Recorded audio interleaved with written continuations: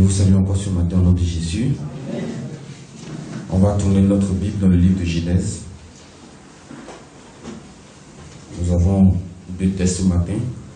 Un test dans Genèse et un test dans Romains. Genèse, chapitre 2,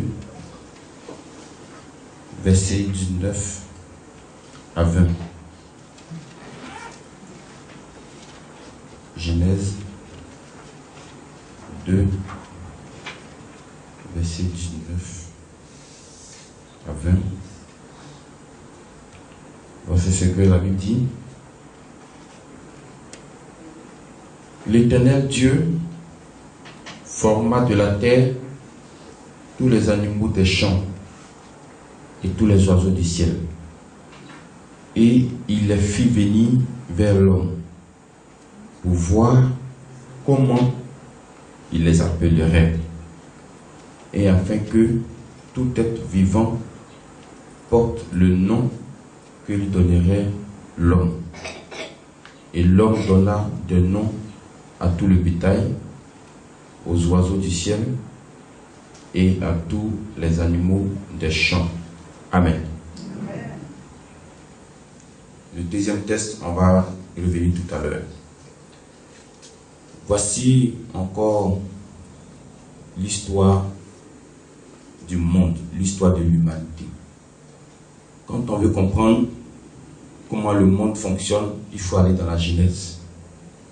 Si tu veux comprendre où est quitté les crimes, le vol, la mort, tout ce que vous ne comprenez pas aujourd'hui, allez-y dans la Genèse. C'est possible d'avoir une réponse là-bas. Amen. Amen. Dieu est le créateur de toutes choses. Dieu a créé le ciel, Dieu a créé la terre, Dieu a créé vous, Dieu a créé moi. Amen. Amen. Mais voici quelque chose qui va se passer. La Bible dit que Dieu a créé aussi les animaux. Et Dieu prend ces animaux, il les envoie vers Adam. Pourquoi Dieu a envoyé ces animaux vers Adam? Première question. Pourquoi il les a envoyés vers Adam, d'après le texte que nous avons lu? Pour que Adam donne des noms à ces animaux. Deuxième question, pourquoi Dieu lui-même n'a pas donné de noms à ces animaux? Amen. Oui. Parce qu'il a établi l'homme au-dessus de toutes choses. Donc, la première des choses que nous voyons, c'est que Dieu, après avoir tout créé, n'a pas lui-même trouvé un nom pour ces animaux.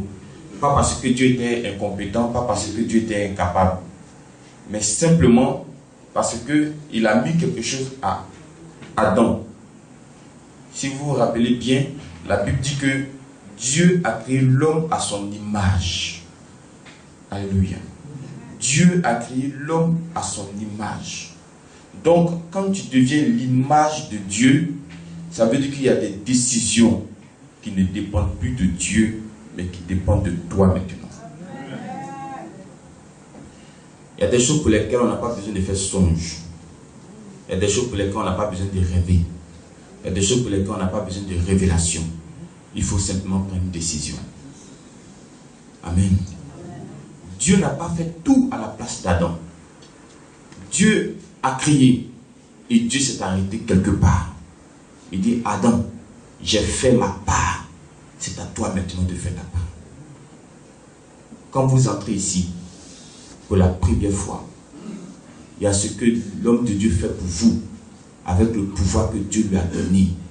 Maintenant, à un certain moment, à un certain stade de votre vie, vous devez apprendre maintenant à faire les choses par vous-même. Parce que quand vous entrez ici, on se dit que vous êtes des bébés spirituels. Bébés spirituels par rapport à votre arrivée au ministère. Mais une fois que tu as 6 mois, une fois que tu as 1 an, une fois que tu as 2 ans, il y a des décisions que tu peux commencer à prendre. vous allez remarquer avec moi que depuis que le monde est monde, les choses qui existent par la pensée d'abord. C'est-à-dire un monsieur, avant de créer ce qu'on appelle l'autel ivoire, il pense d'abord la chose. Et puis maintenant, il met la chose à exécution. Alors que la parole qui sort de notre bouche, c'est ce qui vient de notre pensée. C'est ce que tu penses que tu dis. Donc tout est fait en un mot à partir de la parole. Quand vous venez voir l'homme de Dieu et qu'il te dit prends ta joie, tu ne vois pas le feu sortir de sa bouche, tu ne vois pas les épées sortir de sa bouche, tu ne vois pas les anges en train de se déplacer pour toi, tu ne vois pas les anges en train de prendre la route de ton village pour aller tuer tous tes sorciers, mais brusquement, au bout d'un an, au bout d'une semaine, au bout de 2 semaines pour d'autres, au bout d'un mois pour certains, tout est réglé. À cause de quoi? À cause d'une simple parole. Mais seulement cette parole est accompagnée d'un pouvoir, parce qu'il est l'image de Dieu. L'image de Dieu que nous étions en Éden, l'ennemi est venu pour renverser ça. Mais Jésus est venu pour replacer. Amen. La force que Adam avait de nommer les animaux, c'est parce qu'il était encore l'image de Dieu. Mais quand le diable, le serpent, est rentré dans le jardin, Adam a perdu cette image. Mais Jésus est venu pour restaurer cette image. Donc, on est redevenu 2 fois plus l'image de Dieu. Donc, si Adam peut donner des noms aux animaux, je sais que tu peux donner aussi un nom à ta situation.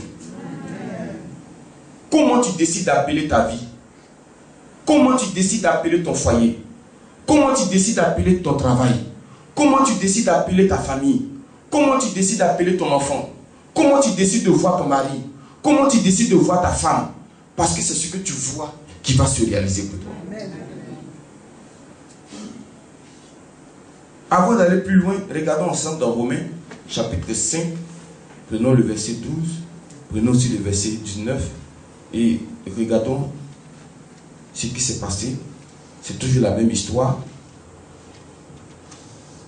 Romains après Actes, chapitre 5. Donc nous retenons que si nous sommes l'image de Dieu, il y a des décisions que nous pouvons aussi prendre. Mais tout ça, ça sera en relation avec le pouvoir de Dieu. Romains 5, verset 12. La Bible dit, c'est pourquoi, comme par un seul homme, le péché est entré dans le monde, et par le péché la mort, et qu'ainsi la mort s'est étendue sur tous les hommes, parce que tous ont péché. Prenons le verset 19. Car, comme par la désobéissance d'un seul homme, beaucoup ont été rendus pécheurs. De même, par l'obéissance d'un seul, beaucoup seront rendus justes. Amen. On s'arrête là. Vous voyez, de l'autre côté, on parlait d'Adam. Et quand on vient dans Romains, la Bible dit par un seul homme. Et ce seul homme, c'est encore qui? C'est encore le même Adam. Un seul homme a entraîné 7 milliards de personnes à la perdition. À cause d'un seul homme, nous tous on se retrouve dans des situations de maladie. À cause d'un seul homme, on se retrouve dans des situations de pauvreté. Alléluia. La Bible est claire ce matin. C'est vrai que c'est par la femme que l'ennemi est passé, mais la responsabilité du jardin reposait sur les épaules d'Adam. Donc par un seul homme, le monde entier, l'humanité a eu tous ces problèmes. Mais si par un seul homme, 7 milliards de personnes peuvent payer le prix, et par toi, alléluia, est-ce que par toi aussi, ta famille ne peut pas avoir le salut? Est-ce que par toi, le quartier peut pas être aussi sauvé? Est-ce que tu ne peux pas aussi faire quelque chose et puis tout le monde va te suivre? Est-ce que tu ne peux pas aussi penser quelque chose et puis tout le monde va apprécier? Si c'est possible. Parce que quelqu'un a dit à Jésus, si tu veux, tu peux. Alléluia. Parce que derrière la volonté, il y a toujours un grand pouvoir qui se cache. Il nous faut de la volonté. Il nous faut oser. Il y a des choses pour lesquelles Dieu ne va plus se révéler à vous. Parce qu'il se dit qu'il a mis déjà des capacités en vous. Il vous suffit simplement de parler. Il vous suffit simplement de changer votre façon de voir. Et puis ça va prendre. Et puis ça va se réaliser. Et puis ça va agir. Même si ça prend 2 jours. Le monde que vous voyez là, je ne sais pas pourquoi, hein, mais le monde que vous voyez, Dieu ne l'a pas créé en un seul jour. Et pourtant, il est Dieu. Il pouvait le créer en une fraction de seconde. Mais pourquoi ça lui a pris 6 jours? Alléluia. Peut-être que ta situation peut prendre des heures, des semaines. Mais dis-toi que la parole qui sort, elle ne retourne pas tant qu'elle n'a pas encore accompli son effet. Donc ce que vous pensez, généralement, c'est le mal que nous pensons qui se réalise vite. Parce que l'ennemi, il est prêt pour réaliser cela. Essayons de penser le bien maintenant. Amen. Essayons de penser le bien. Si tu crois que tu es l'image de Dieu ce matin, pense le bien maintenant. Parce que ce bien-là va se réaliser. Pour ta famille, ce bien va se réaliser. Pour ton foyer, pour tous les secteurs de ta vie, ce bien-là va se réaliser. Donc, retenez ce matin que par un seul homme, on a eu tous ces soucis. Et si Adam a été conçu comme nous, on a été conçus, donc ça veut dire aussi que par nous, des générations peuvent être sauvées. Mais généralement, nous les hommes, surtout quand on voit la peau noire, on se dit qu'on est incapable. On se dit qu'on ne peut rien. L'homme compte sur son frère, l'homme compte sur sa soeur. Tu cherches ton voisin, tu cherches ton camarade.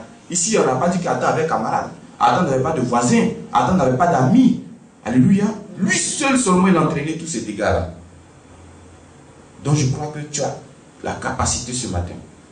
On a Dieu avec nous. Tu as le Saint-Esprit avec toi. Tu as tous les éléments avec toi. Je pense que tu peux créer quelque chose. Tu peux créer ton monde toi-même. Le monde dans lequel tu veux vivre, tu peux créer. Amen.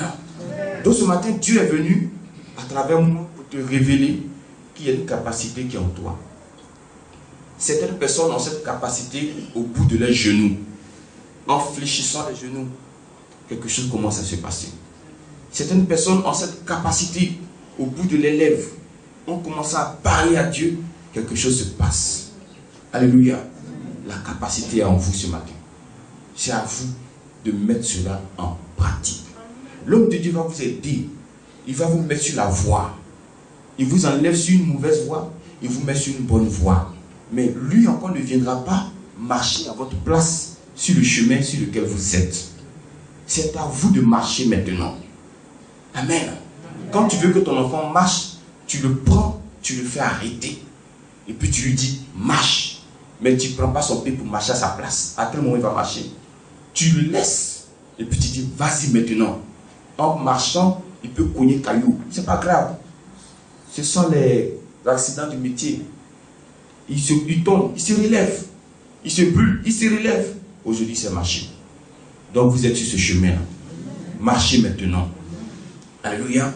Pour que tu vas créer quelque chose et puis les gens vont te suivre. On ne pleure pas. Parce que celui qui pleure, on ne le suit pas. Celui qui se lamente, quand tu te lamentes déjà, qui va te suivre? Amen. Amen. Tu pleures matin, midi, soir, qui va te suivre? Donc ça veut dire que nous tous allons pleurer ici. Amen. C'est les courageux. C'est pourquoi Dieu a dit à Josué, prends courage. Amen. Fortifie-toi et prends courage. Donc que ce matin, chacun soit fortifié et que nous prenions courage. Donc il y a des décisions, je le répète encore, qui vous appartiennent. Ces décisions ne sont pas dans la main de Dieu.